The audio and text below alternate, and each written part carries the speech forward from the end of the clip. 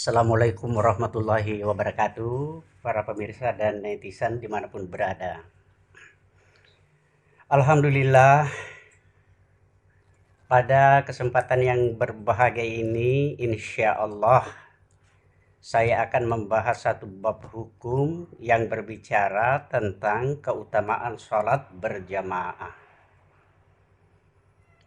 Kenapa saya lebih mengutamakan mengangkat tema ini? Karena kita tahu bahwa sholat berjamaah itu bukan hanya dilihat dari aspek kemuliaan esensi sholat, tetapi lebih pada makna filosofi kehidupan sosial yang dapat meluruskan atau mempersatukan hati umat Islam. Sebenarnya apa yang ingin saya sampaikan kepada pemirsa adalah merupakan hasil kajian dari sebuah buku yang saya tulis sebanyak 25 bab seperti yang ada di tangan saya sekarang ini. Ini buku ya, hukum.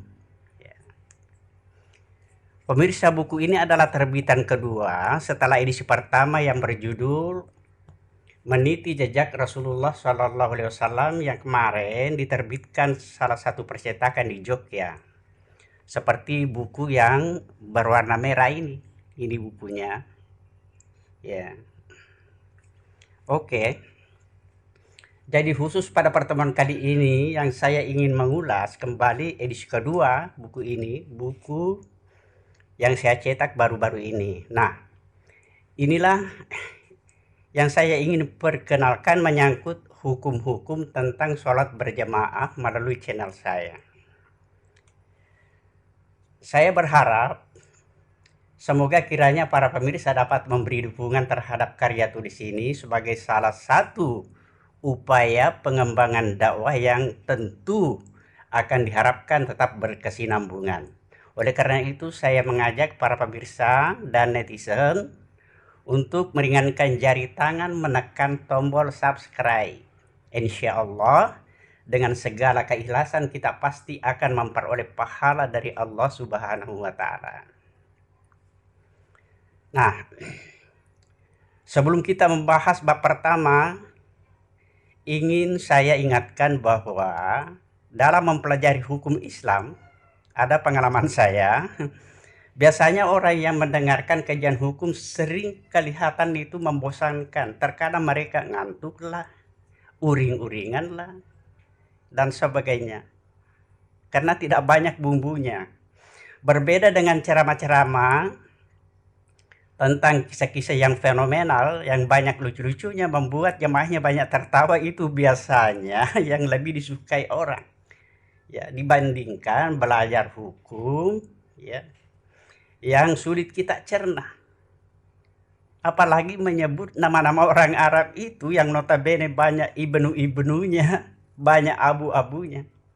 Oleh karena itu saya harapkan kepada netizen yang sempat mengikuti kajian saya ini agar tetap dalam keadaan santai-santai sajalah, ya, sambil menyimak baik-baik. Dan ingat bahwa mengikuti kajian hukum itu harus tuntas sampai akhir demi untuk mendapatkan titik poin yang bisa dijadikan sebagai pegangan. Baiklah para pemirsa, kita masuk dalam pembahasan tentang abu-abu sholatul jamaah. Bab-bab tentang sholat jamaah.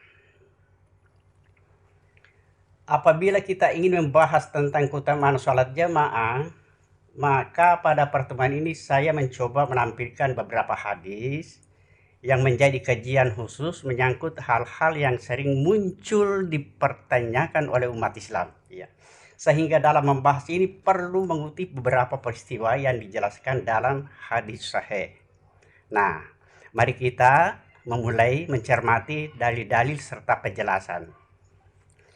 Hadis pertama yang bersumber dari Abu Hurairah radhiyallahu anhu tentang salatnya orang munafik.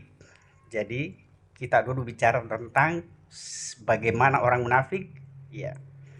Bunyinya begini. Askalus salati alal munafiqina salatul isya'i wa salatul fajri. Ya. Salat yang paling berat dilakukan atas orang-orang munafik ialah salat isya dan salat subuh. Walau ya'lamuna ma fihima la atauhuma walau habwan. Dan seandainya mereka mengetahui apa yang ada pada keduanya, maksudnya salat isya dan subuh, niscaya mereka akan mendatanginya walaupun dalam keadaan merangkak. Hadirin sekalian, ya. Kemudian walakad hamamtu an amura bisolati fatuqama summa amura rajulan fayusalli bin nasi. Dan sesungguhnya aku memerintahkan orang-orang untuk sholat lalu diiqamah, dan sungguh aku memerintahkan seseorang untuk menjadi imam, ya. Kemudian aku berangkat dengan beberapa orang lalu membawa seikat kayu bakar menuju kepada kaum yang tidak mau menghadiri sholat berjamaah. Ya. Tujuannya apa? Yaitu wa uharrika alaihim buyutahum binar. Lalu aku bakar, kata Nabi, rumah-rumah mereka dengan api. Hadis riwayat Bukhari Muslim. Nah, kita lanjut dulu pada hadis kedua. Ini riwayat Ahmad juga bersumber dari Abu Hurairah yang semakna hadis tadi, bunyinya begini. An Abi Hurairah taqala qala Rasulullah sallallahu alaihi wasallam laula ma fil buyuti minan nisa'i waz zurriyati. Kalau seandainya di rumah itu tidak ada perempuan dan anak-anak, ya, la akamtu salata salatal isya'i, dan aku perintahkan para pemuda membakar apa yang ada dalam rumah itu dengan api, ya. Wa amartu fityani yuharrikuna ma fil buyuti binar. Itu maksudnya. Melihat hadis ini perlu ada penjelasan. Jadi perlu saya sampaikan kepada pemirsa bahwa hadis yang kedua riwayat Ahmad ini hadisnya adalah hadis lemah. Ingat itu. Karena di dalam sanadnya ada orang bernama Abu Mu'mar. Orangnya lemah. Jadi hadis yang kedua di atas tidak bisa dijadikan sebagai hujjah. Ya, karena termasuk hadis lemah. Ya. Nah, sekarang mari kita kembali kepada hadis pertama di atas. Riwayat muttafaqun alaih yang bersumber dari Abu Hurairah, bahwa perkataan Nabi Shallallahu Alaihi Wasallam mengatakan askarus salata alal munafikina salatul isya'i wa salatul fajri. Perkataan ini mengandung pengertian bahwa pada umumnya orang munafik itu semua sholat berat dilaksanakan. Jadi bukan hanya sholat subuh dan sholat isya. Kenapa? Karena kita berpegang pada firman Allah Subhanahu wa Ta'ala dalam Al-Quran, surat Taubah ayat 54, wala ya'tuna sholata illa wahum kusala. Artinya, dan mereka tidak mendirikan sholat melainkan karena mereka malas. Tentu hadis ini mengundang pertanyaan bahwa mengapa hadis di atas hanya menyebutkan sholat isya dan sholat subuh. Jawabnya karena waktu isya adalah tempat istirahat dan waktu subuh waktu tidur nyenyak bagi mereka. Nah, sekarang kita perlu evaluasi diri masing-masing. Apakah kita selama ini selalu rajin berjamaah sholat isya dan sholat subuh? Jawab dong, ya. Jujur. Sebab kalau jujur ya alhamdulillah, ya. Tetapi kalau malas berarti apa? Munafik tidak. Bagaimana? Bukan juga munafik ya, karena bedanya orang munafik itu semua sholat berat dilaksanakan. Berat. Ya bukan hanya sholat subuh dan sholat isya. Ini kata Al-Quran dalam surat Taubah tadi.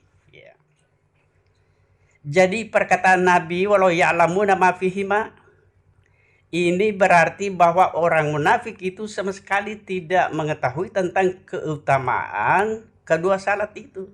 Nah, seandainya dia mengetahui la atau huma walau habwan, pasti dia mendatanginya meskipun ia merangkak. Kemudian walau kada hamam tuh, artinya sungguh aku berkeinginan. Perlu diperhatikan maknanya bahwa huruf lam pada lafaz laqad artinya ini merupakan jawaban sumpah. Sebab dalam lafaz Sahih Bukhari ada tertulis mengatakan, demi nyawa Muhammad yang dalam genggamannya aku akan. Ini menunjukkan bahwa Nabi Shallallahu Alaihi Wasallam berkehendak untuk melakukan sesuatu. Kemudian fa uharrika alaihim buyutahum, aku akan bakar rumah-rumah mereka. Hal ini menunjukkan bahwa tindakan yang dilakukan itu lantaran mereka tidak berkeinginan menghadiri sholat berjamaah. Nah, perlu saya sampaikan bahwa ini perlu juga bahwa hadis inilah yang dijadikan dalil bagi mereka yang berpendapat bahwa sholat berjamaah itu adalah wajib. Dengan alasan bahwa seandainya sholat berjamaah tidak wajib, maka Nabi tidak perlu mengancam akan membakar rumah-rumah bagi mereka. Ya, maka disinilah sehingga dikatakan wajib. Itu pendapat mereka. Bahkan ada juga yang memahami hadis di atas bahwa sesungguhnya ancaman Nabi Shallallahu Alaihi Wasallam untuk membakar itu hanya ditujukan bagi mereka yang tidak mau menunaikan keutamaan fardu kifayah yang sudah disyaratkan, sedangkan orang yang melalaikan fardu kifayah wajib diperangi. Jadi perbedaan dari berbagai pendapat sebenarnya itu muncul dari kalangan para ulama itu sendiri terkait dengan hukum-hukum sholat berjamaah. Nah, coba kita lihat misalnya, ya.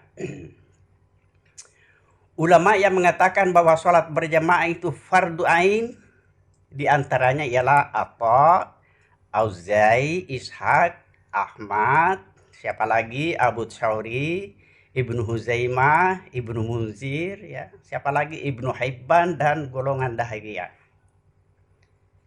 Pendapat yang mengatakan bahwa sholat jamaah itu adalah syarat, diantaranya ialah Abu Daud dan yang sependapat dengannya, dan termasuk salah satu pendapat Imam Ahmad.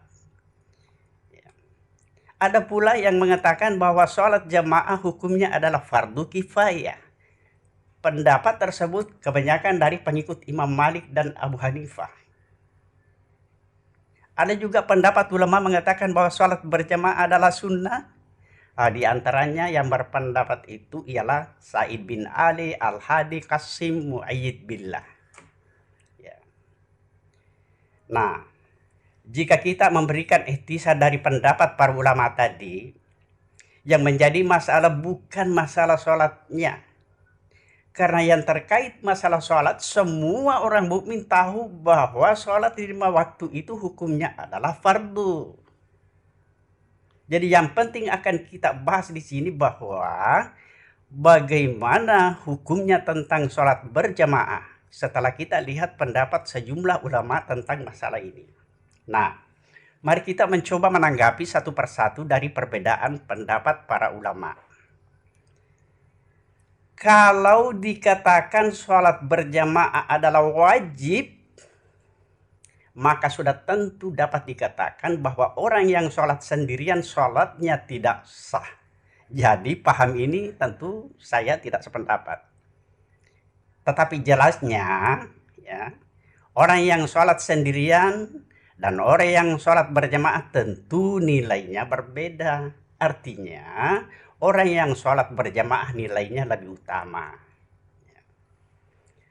Kemudian kalau dikatakan sholat berjamaah adalah fardu kifayah, tentu Rasulullah Shallallahu Alaihi Wasallam tidak berniat untuk membakar rumah mereka. Sebab pengertian fardu kifayah ialah apabila sudah ada sebagian orang yang mengerjakan, maka yang lain tidak berdosa. Ini juga bagi saya kurang sependapat. Ya. Kita lanjut. Kalau dikatakan sholat berjamaah adalah syarat atau rukun, ya syarat, tentulah tidak dapat juga diterima ini karena sholat berjamaah tidak termasuk syarat sholat. Maksud syarat yaitu apabila ada salah satu syarat rukun yang tidak dikerjakan karena lupa umpamanya, maka wajib dilakukan sujud sahwi. Ya. Kemudian kalau dikatakan sholat berjamaah adalah fardu ain, artinya perorangan, tentu sangat memberatkan. Sedangkan Allah sendiri tidak pernah memberatkan atas hambanya terhadap sesuatu yang tidak mampu ia kerjakan. Kenapa? Karena tidak semua keadaan umat Islam selalu berada pada kondisi yang sama. Terkadang tiba-tiba ada suatu halangan, ada urusan yang membuat mereka betul-betul tidak bisa ikut sholat berjamaah. Ya. Kemudian masih, kalau dikatakan sholat berjamaah itu adalah sunat, dengan pengertian bahwa kalau dikerjakan dapat pahala dan kalau tidak dikerjakan tidak berdosa. Menurut saya barangkali ini yang mendekati kebenaran. Dengan catatan, tentu hal seperti ini tidak boleh dibiarkan. Kenapa? Karena jelas dapat mengurangi amalan terbaik yang dianjurkan dan dicontohkan oleh Rasulullah Shallallahu Alaihi Wasallam. Walhasil, sholat berjamaah itu adalah paling utama sehingga Rasulullah Shallallahu Alaihi Wasallam mengancam untuk membakar rumah-rumah mereka.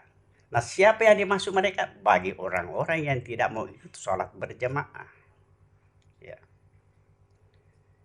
Pemirsa, mari kita perhatikan keutamaan sholat berjamaah dari sisi nilainya.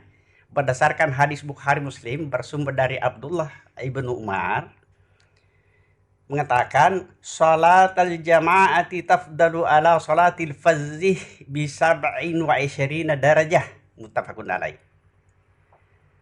Rasulullah Shallallahu Alaihi Wasallam mengatakan salat berjamaah tafdulu lebih utama daripada salat sendirian dengan 27 derajat. Ya.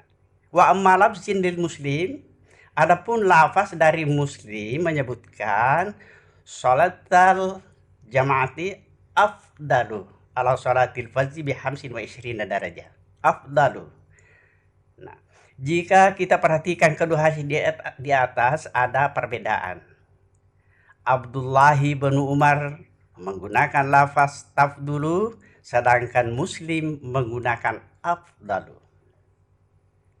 Pemirsa, dengan adanya perbedaan kata, maka pertanyaan yang muncul bahwa kenapa berbeda antara lafaz Bukhari dan Muslim sedangkan sudah dikatakan disepakati keduanya. Nah, di sini perlu dipahami bahwa hadis Bukhari dengan lafaz tafdulu diterima dari Abdullah bin Yusuf dan dari Malik, dari Nafi, dari Abdullah bin Umar. Sedangkan hadis Muslim dengan lafaz afdalu, ia menerima dari Yahya bin Yahya, dari Malik, dari Nafi, dari Abdullah bin Umar. Jadi jelas. Jadi perbedaan lafaz ini bukan dari Abdullah bin Umar ke Nafi, ke Malik, tetapi datang dari jalan Abdullah bin Yusuf dan Yahya bin Yahya. Jadi secara lafaz memang berbeda, tetapi secara maknanya keduanya tidak berbeda. Ya. Lalu kenapa dikatakan disepakati keduanya? Karena Abdullah bin Yusuf dan Yahya bin Yahya sama-sama menerima dari seorang guru yang bernama Malik. Inilah yang saya katakan tadi bahwa belajar hukum terkadang membuat kita merasa pusing, membosankan. Kenapa? Ya beginilah, menghafal nama-nama orang Arab itu. Tapi saya ingatkan kembali ya, bahwa belajar Islam memang sedikit demi sedikit, bersabar. Oke? Ya, kita lanjut ya. Jadi kita kembali kepada nilai pahala tadi, bahwa dalam hadis Tirmizi mengatakan semua riwayat dari Nabi Shallallahu Alaihi Wasallam tentang keutamaan sholat jamaah mengatakan nilai pahala 25 derajat. Kecuali riwayat Ibnu Umar yang menyebut 27 derajat. Berarti di sini ada lagi perbedaan lafaz, ya kan? Ya kan? Sehingga datanglah Ibnu Hajar, seorang ulama hukum, menyimpulkan begini dalam kitab Al-Fath, ya, mengatakan bahwa tidak ada perbedaan makna apakah 25 derajat atau 27 derajat, sebab semuanya menunjukkan keutamaan sholat berjamaah. Nah, yang paling menarik ada asumsi, ya, mengatakan begini, orang yang sholat berjamaah rumahnya dekat di masjid mendapat 25 derajat. Sedangkan orang yang jauh rumahnya dari masjid dapat 27 derajat. Ini hebat, ya. Tetapi ingat, ini hanya pendapat.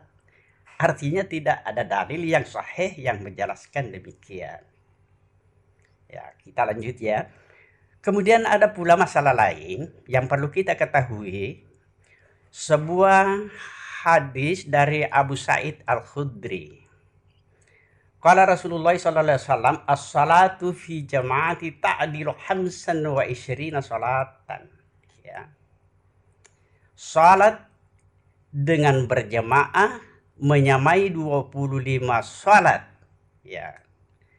Fa idza shallaha fi falatin, apabila salatnya dilaksanakan di padang sahara. Falatin, padang sahara. Fa atamma ruku'aha wa sujudaha balagat hamsina salatan. Lalu menyempurnakan rukunya dan sujudnya, maka nilainya mencapai 50 salat. Bukan 50 derajat, 50 salat. Hadis riwayat Abu Daud. Nah, sekarang taruhlah kita ambil riwayat Ibnu Umar, bahwa sholat berjamaah itu lebih utama 27 derajat. Ini sudah luar biasa. Apatah lagi sholat safar di padang sahara. Bayangkan, sama dengan 1350 sholat dibanding bagi orang yang sholat sendirian di kampung. Alangkah indahnya berjamaah itu, ya. Nah, tapi ini masalah musafir, ya. Musafir. Nah, sekarang satu lagi hadis tentang peristiwa yang mencemaskan, ya. Ketika seorang buta datang menghadap Nabi, ya, ini riwayatnya begini. An Amri bin Ummi Maktum qala fakultuh. Jadi aku bertanya, ya Rasulullah, ana dari run sya'iud dar. Ya Rasulullah, aku seorang buta yang selalu berada di rumah saja. Wa yaqaidun la yulaimuni. Dan aku mempunyai seorang penuntun tapi tidak cocok denganku. Ya. Fahal tajidli ruhsatan an usalli fi baiti. Apakah engkau, ya Rasulullah, berkenan memberikan keringanan kepada saya agar aku sholat saja di rumah? Nabi mengatakan, atas ma'un nida, apakah kamu mendengarkan azan? Qultu na'am, dia menjawab, iya saya mendengar. Qala, kemudian Nabi mengatakan, ma ajidulaka ruhsah, ya, tidak ada keringanan buat kamu, Masya Allah. Hadis ini Ahmad, Abu Daud, dan An-Nasai. Ya, kesimpulan setelah memperhatikan hadis-hadis dalam bab ini serta beberapa penjelasan, maka selanjutnya ada beberapa hal yang harus diperhatikan. Pertama, nilai sholat berjamaah meningkat menjadi 25 derajat dibandingkan dengan sholat sendirian berdasarkan beberapa riwayat dari sahabat Nabi Shallallahu Alaihi Wasallam. Itu yang pertama. Kemudian yang kedua, nilai sholat berjamaah menjadi 27 derajat walaupun riwayatnya datang dari Ibnu Umar. Tetapi nilai antara 25 dan 27 derajat tidak perlu dipermasalahkan sebab semua riwayatnya sahih. Gitu, ya. Kemudian yang ketiga, nilai sholat berjamaah 50 sholat jika dikerjakan di padang sahara atau dalam musafir ataupun dalam situasi perang dan keadaan khauf. Khauf artinya menakutkan, dalam keadaan takut. Ya. Kemudian karena pentingnya sholat jamaah, sehingga muncul berbagai pendapat para ulama. Ada di antara ulama yang menghukum wajib. Ada juga yang mengatakan fardu ain. Ada juga yang menyebutnya sebagai fardu kifayah. Dan selanjutnya ada menganggap syarat. Walhasil, semua pendapat ini telah kita bahas satu persatu. Nah, masih ada yang kelima. Dan yang paling mendekati pada kebenaran ialah pendapat mengatakan sunat. Ya, tapi ingat, sunat yang dimaksud yaitu sunat muakkad. Apa yang dimaksud dengan muakkadah? Adalah ibadah sunat yang tidak pernah atau jarang ditinggalkan oleh Rasulullah SAW selama hidupnya, sehingga tidak boleh disia-siakan selama kesempatan kita ada. Ya. Nah, pendapat ini sebenarnya diperkuat oleh sebuah hadis yang bersumber dari Abu Hurairah dengan lafaz begini. Qala Rasulullah SAW, ya, man tawadda'a fa ahsanal wudu'ah. Barang siapa yang berwudu lalu membaguskan wudunya, sumaraha fawajadan nasa pada sallu. Kemudian pergi sholat berjamaah, lalu ia mendapatkan orang-orang telah selesai sholat, ya. Atahullahu azza wa jal misla ajri man shallaha au hadaraha. Maka Allah azza wa jal tetap memberikan kepadanya seperti pahala orang yang mengerjakan sholat itu serta dianggap menghadiri jamaah. Jadi layang kusu zalika min ujurihim syai'. Artinya hal ini tidak akan mengurangi sedikit pun juga dari pahala mereka. Ahmad, Abu Daud, An-Nasai. Nah, dengan hadis ini tambah kuatlah pendapat yang mengatakan bahwa sholat berjamaah itu termasuk sunat muakkadah. Dalam pengertian bahwa jika dikerjakan itu lebih baik bagimu, dan jika tidak dikerjakan rugi. Kenapa rugi? Karena Allah Subhanahu wa taala mengatakan, "Faman tatawwa'a khairan fahuwa khairul lah." Artinya, siapa yang melaksanakan amalan sunat, maka itulah yang lebih baik bagimu. Ya. Oke. Lalu bagaimana hukumnya tentang sholat berjamaah wanita? Ini juga ada pertanyaan yang insya Allah akan kita bahas secara khusus pada pertemuan berikutnya. Atau jika ingin mengetahui secara lengkap, ya boleh Anda miliki buku ini, buku tulisan saya, jadi tidak kemana-mana pemirsa. Ya oke, ini buku ya. Oke. Nah, alhamdulillah telah selesai pembahasan tentang sholat berjamaah. Hukumnya adalah sunat muakkadah.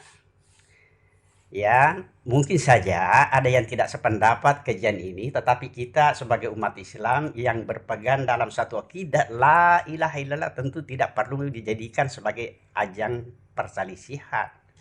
Ya. Dan akhirnya hadirin sekalian, semoga Allah Subhanahu wa taala tetap memberikan kepada kita nikmat ilmu, nikmat kesehatan, nikmat rezeki, dan yang tidak kalah pentingnya adalah nikmat iman. Allahu a'lam bishawab. Ya, subhanakallahumma bihamdika asyhadu an la ilaha illa anta astaghfiruka wa atubu ilaik. Assalamualaikum warahmatullahi wabarakatuh.